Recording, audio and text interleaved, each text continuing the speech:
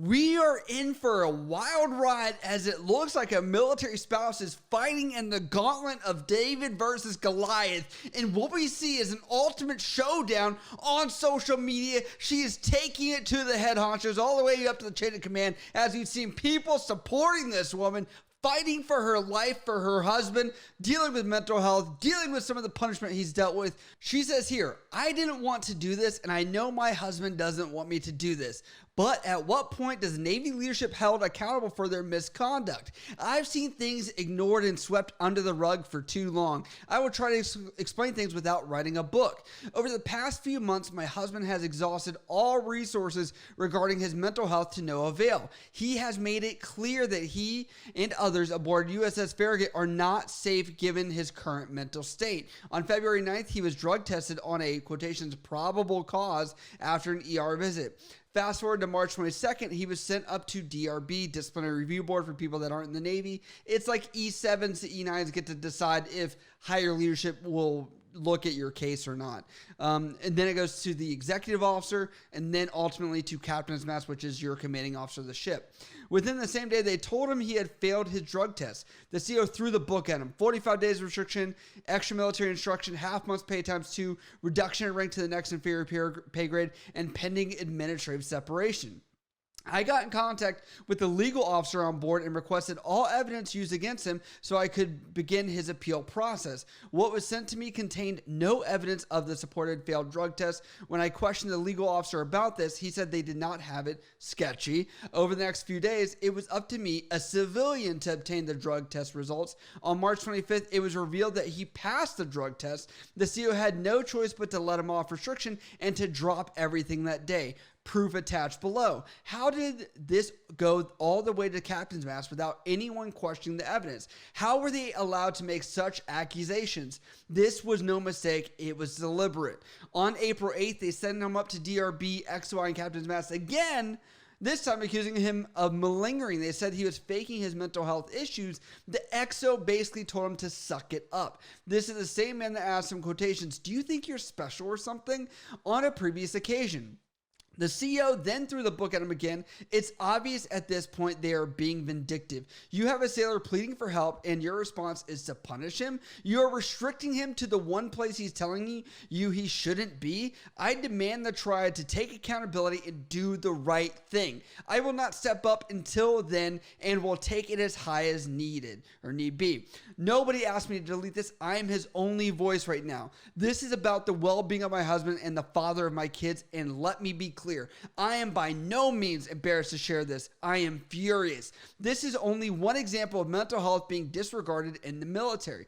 And it says the last picture is a vile psychiatrist from MRD Mayport that started this domino effect. And it says the Farragut, they removed their tag. Commander Naval Surface Atlantic removed their tag. And then Naval Service Squadron 14 and also puts her congressman in there as well. So let's first look at this, because some of this is my realm. It's not total sea lawyering, but it is fact, okay? If somebody goes to medical and they get a drug test, typically, in order to have that done, right, the medical team can do it for their own research, but for an administrative judicial process, the CO would have to request that. So that's something that I find interesting. So I'm not sure if he actually failed it or if this just wasn't a valid, test that was done by the medical team to obtain that and then put that as evidence per se. But also administrative separation is very easy when you're at 5 years or less, because there's not a board process that is required, and it's very easy to get somebody separated from the military within their first contract. Now, if you see here on the letter from the commanding officer on the 25th of March, says vacation of restriction and extra duty. It says on 22 March 22, you were awarded commanding officer's non-judicial punishment for violation of the Uniform Code of Military Justice, wrongful use of controlled substance. You were awarded the following punishment: 45 days restriction, 45 days extra duty, forfeiture half month's pay for 2 months, and reduction in rate to the next inferior pay grade. I have determined to vacate all punishments awarded at the non-judicial punishment dated 22 March 22. All recordings, documentation of the NJP are to be stricken from any form of record. So essentially, this guy served 3 days of restriction in order to have this come up. I am wondering when the spouse talk to the legal officer of the ship. I'm wondering where this kid's representation is at, because they could have gotten that material through in order to make sure that it was a valid test, things like that. I always tell people, when you're in trouble, talk to a JAG. Shut up, talk to a JAG. Now, in this post, she also says that the USS Farragut, DDG 99, and also the Commander Naval Surface Force Atlantic have removed their tag. Now, they're hoping not to get any hate spent their way. And I agree that we shouldn't do that. But I would say this. I've looked on the pages here, and it looks like no statement has been made. But I would say a basic public affairs knowledge annotation of this would be simple. We are aware of the concerns of one of the shipmates that is currently aboard DDG 99. We have heard some of the complaints about some of the processes and stuff, what's been handled within the side the ship, blah, blah, blah. We are taking a look at it. We are working with local authorities to figure this out. Whatever that is, simple stuff. People would understand or say, okay. Now, I do want to give some credibility to the spouse. She does have a pretty good lineup of information here to prove her point as far as stuff that he has been seeking mental health for.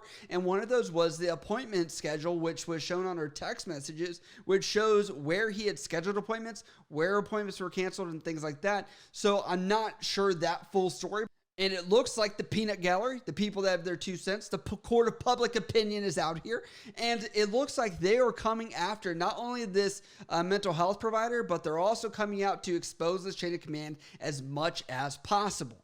As you can see here, Nicole says, this woman is absolute evil. I myself had to run in with her, and she treated me like I was lower than dirt.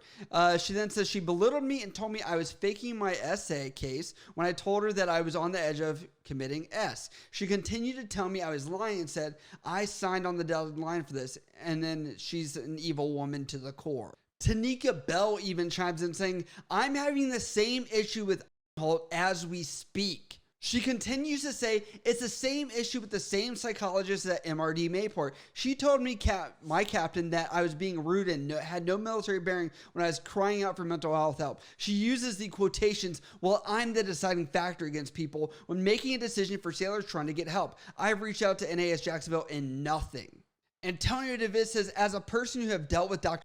and was told by her that I lack military bearing and you need to hurry this up while having a personal talk with her. The whole point of the meeting there was for me to talk about my mental health being and why I was going through what I was / currently still going through in my first meeting with her. And only a week and a half of me being at MRD, she gave me 2 options: to go back to the ship or get admin-cept. And I have found my own counseling at Naval Air Station Jacks. 2 months later of me doing everything on my own, she told me I was not supposed to go there because she believed my situation is not that serious for me to go off base after multiple times of telling her that the lady sent me to NFLAC, who was not a good therapist for me.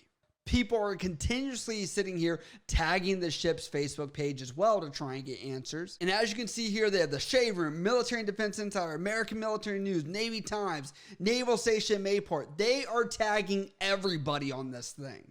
And it looks like we actually have seen some people here that know the chain of command as well.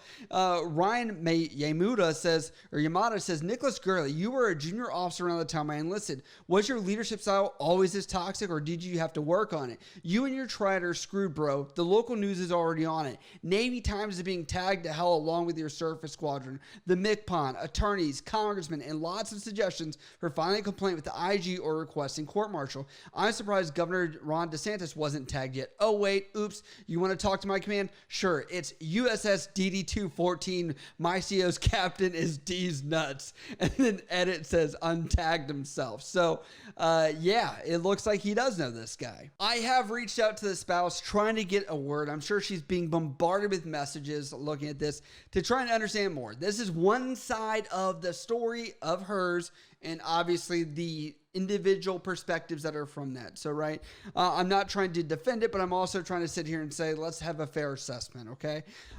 Do we know what's going to happen next? No idea, but I look forward to what does happen, and if there's any information anyone has that they're willing to share or talk about or whatever else to give context to the situation that is not found online, public information, by the way. I'm not withholding anything. It's not something I've gotten secretly. But as always, if you guys do have questions or suggestions on future videos, you can always hit me up on Instagram, Snapchat, Twitter, TikTok, or down in the comments below. Let me know what you think about this situation. Love you guys. I'll see you next time.